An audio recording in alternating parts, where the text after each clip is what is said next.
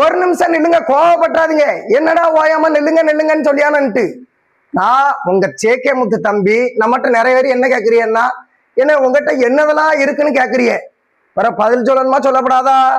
இப்ப அதுக்கு தான் சொல்ல வந்திருக்கேன். நம்மகிட்ட எல்லா வகை கருவாடும் கிடைக்கும். மெயினா கருப்பட்டி கிடைக்கும். முக்கியமா அரை மசாலா, இந்த பேர்கால மசாலாம்பாவல்ல, அதுவும் கிடைக்கும்.